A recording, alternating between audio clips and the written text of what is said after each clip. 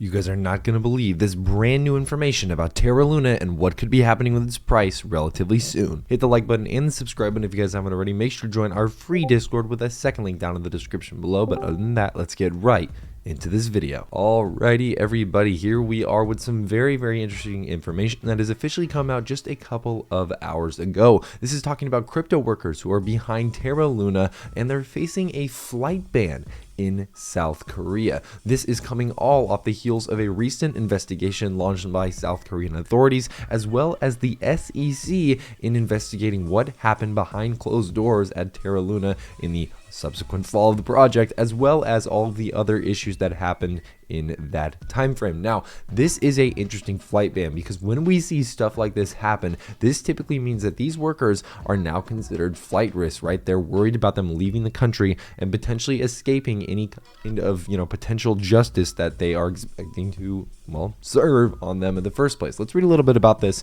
and see what the details involved with this. So the ongoing crypto crash has brought a lot of investors back down to earth. In the case of current and former Terraform Labs employees, it's keeping them literally grounded. Dozens of past and present staff from the company behind two notorious crypto coins, Terra USD and Luna, have been barred from leaving South Korea. According to multiple reports, the travel ban comes amid an intensifying investigation into the sudden collapse of Terra USD, or so-called stablecoin, algorithmically pegged to the value of the US dollar, which of course we know did not pan out very well at all. Now, keeping all of this in mind, guys, this flight ban basically means that these people cannot leave the country, right? They are basically stuck for the most part in this country, and they're not able to leave until this investigation is over and that flight ban is lifted. As you can see, Daniel Hong said, "Stop asking me why I can't or couldn't make it to NYC, friends. This is why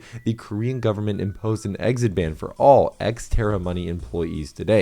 This is even people who are ex-Terra Money, right? So these are people who are not even active currently and the project and doing anything to begin with. He also goes on to say this. He says, "None of us were notified of this at all. When I found out about this, the South Korean prosecution told me they usually don't notify people of this because they might destroy evidence and or leave the country beforehand." He said, "TBH, people are being treated as potential criminals like this, and it's absolutely outrageous and unacceptable. Bet anyone who are willing to cooperate would no longer want to after this madness." So that is basically Daniel Hong, former employee at Terra Luna Labs, of course, his take on this flight ban and potentially what is going on with all of this as well.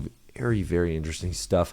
What do you guys think? Do you guys think that this is a proper step in the right direction? And how do you think this is going to affect Terra Luna's price? And again, we can look right now at what's going on, right? As far as LUNC goes, it's pretty stable. We haven't seen a lot of movement recently in the overall price over the last couple of days. And the overall cryptocurrency market has been doing that as well. We've seen kind of some stagnation, if you will, with not much movement in either a higher or lower direction over the last couple of days. But please keep this in mind that the crypto markets are still incredibly volatile right now, and we can even look at regular Luna as well, and really we're not going to see much of a difference here. We're sitting at about $1.97, which is actually a bunch of different articles were predicting that we were going to go to that in the first place. So I think that this is something that definitely is posing a lot of questions. A lot of people want to know what is going on here and how potentially their money is going to be impacted as far as what they're invested in with Terra Luna and the other projects that are also included as well. You're probably looking at this and going, well, why are you on Twitter? Well, let's see here, because Fatman, of course, we know that this is a whistleblower from Terra Luna Labs who has been pretty much talking non-stop about not only Terra Luna but a bunch of other cryptocurrency projects, and potentially exposing some of the things that have been going on behind closed doors that, of course, might be a little bit suspicious at the end of the day. Now, if you can see here, Terra Fatman obviously has had a lot of hands in just revealing different types and pieces of information that a lot of people would want to know. He's getting blocked by a lot of different people, on this website. As you can see, can't block me in court, though. Yikes, he's threatening to sue that guy. And then, of course, a host of other things, right, talking about money being lost. And look at this, right? So this actually has perfectly coincides with what we're talking about right now. The entirety of Terraform Labs is literally on the Korean no-fly list and can't leave the country. Most employees are unresponsive to Korean prosecutorial subpoenas, and Lunatil Shills will still tell you that there is nothing wrong. Mass delusion and Stockholm syndrome in real time. Very scathing remarks there. And of course, course, the Luna 2 shills. I think that's kind of a funny little statement there. They'll tell you that there's nothing wrong. And again, I'm sure that there are like 3 of you who are about to go comment down below, well, aren't you a Luna shill? Like, you know, because you talk about Luna every day and you think it's going to go up and everything. Here's my thing with Luna, guys. And I've talked about this in length in every video, and I will continue to do it until somebody gets my point.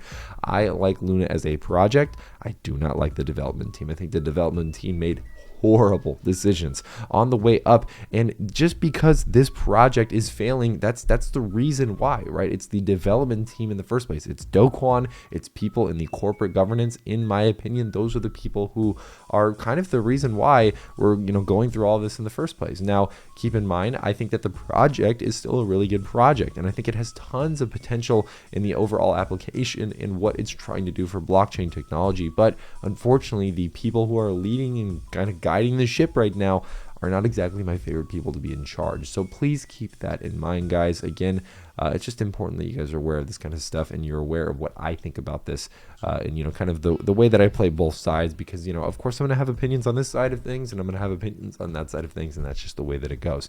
If you guys haven't already, I want to recommend you pick up a free stock with the first link down in the description below, guys, with public.com. It's an amazing brokerage, and I think you guys really enjoy the overall benefits that it has on there. Plus, it's literally free money when you use our link. But other than that, guys, that's all I have for you guys today. I'm Kyle with Finance Bro. Take it easy.